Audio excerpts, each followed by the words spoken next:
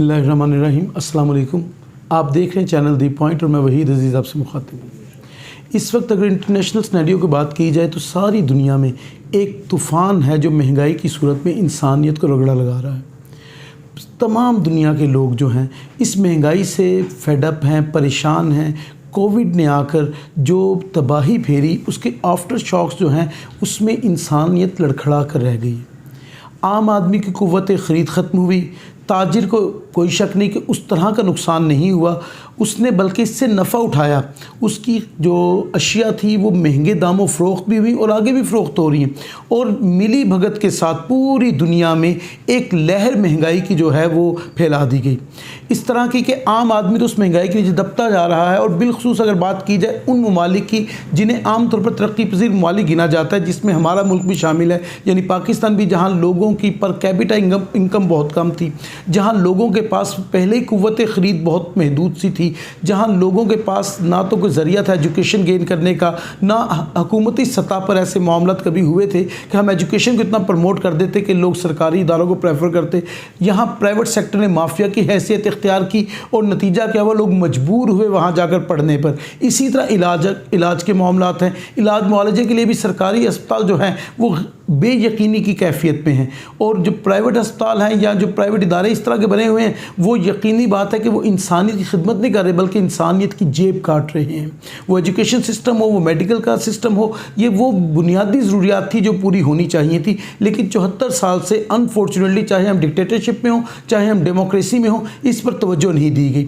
अब बात कर लेते हैं आज की महंगाई की। कोविड ने जहाँ बहुत बर्बादी की, अब जो आने वाला फेब मार्च है उस तक महंगाई कम होने के इम्कानात नज़र नहीं आ रहे, इसलिए कि इंटरनेशनल मार्केट जो है वो जिस तरह से चल रही है, वहाँ जो माफियाज बैठे हुए हैं वो उस सारी डेफिशिएंसी को उन लोगों से पूरा करना चाहते हैं जो बेसिकली उनके कंज्यूमर हैं।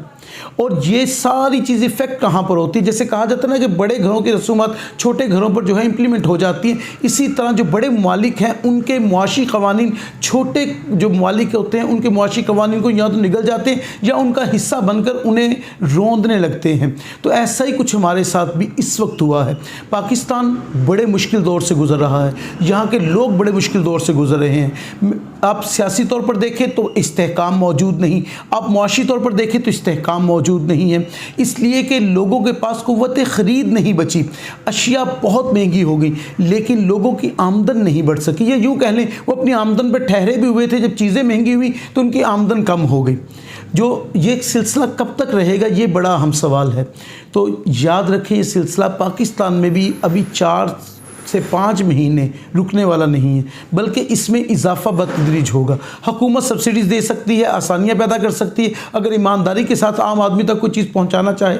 लेकिन मामला यह है कि हमारी हुकूमतें कोई भी काम ईमानदारी से नहीं करती। उसमें जब ईमानदारी शुरू होती है तो पहले बेईमान लोग शामिल हो जाते हैं, तो बेईमान लोग जो हैं उस ईमान को तो पहले निकल जाते हैं जो हुकूमत की नीयत में शामिल होता है। तो इस तरह आप कह सकते हैं कि ऑफिशियल्स की न्यूज़ पर डिपेंड किया जाता है तो समझा जाता है सब अच्छा हो रहा है, तो ऐसा नहीं है। अभी 4 से 5 माह मज़ीद ऐसी दौर आने वाला है, वक्त आने वाला है जो चीज़ें अशिया महंगी होंगी। हाँ, मार्च के बाद ये एक इंटरनेशनल सिनेरियो में चेंज आएगा और वो ऐसा चेंज आएगा कि दुनिया की इकॉनमी बदलेगी। उस वक्त जो है ये आप कह लें जो कीमतें हैं वो वापस आना शुरू होंगी, फिर रिलीफ मिलेगा उन ममालिक को भी जो कह लें किसी हद तक पसमानदा ममालिक है। लेकिन सवाल यह है उन 4-5 माह में क्या उस पसमानदा ममालिक के रहने वाले लोग, वो मिडिल क्लास कम्युनिटी जो वाइट कॉलर है, वाइट कॉलर क्राइम आसान है, वाइट कॉलर शख्स के लिए ज़िंदगी गुजारना बड़ा मुश्किल है, क्या वो ज़िंदगी गुजार पाएगा? क्या वो अपने मसाइल को हल कर पाएगा? क्या अपने बच्चों को एजुकेशन दिलवा पाएगा?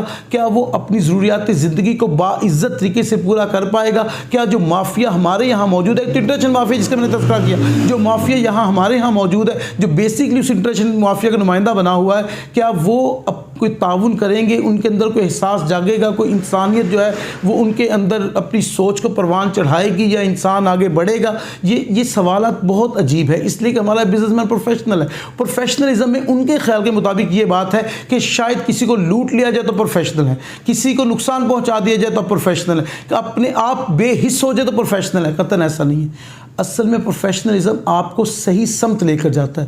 آپ پیشے کے ساتھ مخلص ہوتے ہیں. جب پیشے کے ساتھ مخلص ہوں گے تو آپ کبھی بھی اب نارمل قسم کا پروفٹ نہیں چاہتے. اسلام پروفٹ کمانے سے منع نہیں کرتا, اب نارمل پروفٹ سے منع کرتا ہے. جہاں بھی اب نارمل پروفٹ ہوگا وہیں پر انسانیت ڈول جائے گی, وہیں پر طبقاتی تقسیم شروع ہو جائے گی, وہیں پر انسان سستا ہو جائے گا, وہیں پر لوگوں کی عزتیں محفوظ نہیں ہوں گی, وہیں پر اسٹریٹ کرائمز ہوں گے. ہم ان حالات کی طرف بڑھ رہے ہیں. اللہ نہ کرے کہ ہمارا ملک اس طرف جائے. ہمیں حقائق کا سامنا کرنا پڑے گا. ہمارے حکمرانوں کو سنجیدہ کوشش کرنی ہوگی. یہ نہیں دیکھنا ہوگا کہ ہم بہت اچھا چل رہا ہے, ہماری جو فلاں چیز میں ڈیفیشنسی ختم ہوگی, فلاں میں. ایکچولی دیکھنا یہ ہے کہ عام آدمی کی ایفیشنسی میں کتنا اضافہ ہوا ہے, اس کی قوت خرید کتنی بڑی ہے. آج جو پیٹرول اس وقت 147 یا 46 روپے مل رہا ہے, اس کو سوچنا پڑے گا کہ جب 100 روپے پر تھا, جو شخص ٹریول کرتا تھا اس کا پیٹرول کتنا لگتا تھا, آج کتنا لگ رہا ہے. اب میں اس چیز کو تسلیم کرتا ہوں کہ انٹرنیشنل لیول پہ یہ چیزیں مہنگی ہوئی, کیونکہ میں سیاستدانوں کو بیانات نہیں دے سکتا کہ آپ یہ کریں کہ جی 11 وہ مل رہا ہے, 11 بیرل مل رہا ہے, فرانپ مل رہا ہے. یہ جھوٹ ہے سارے. پیٹرول مہنگا ہو انٹرنیشنل لیول پہ, اس پہ کوئی دو رائے نہیں ہے.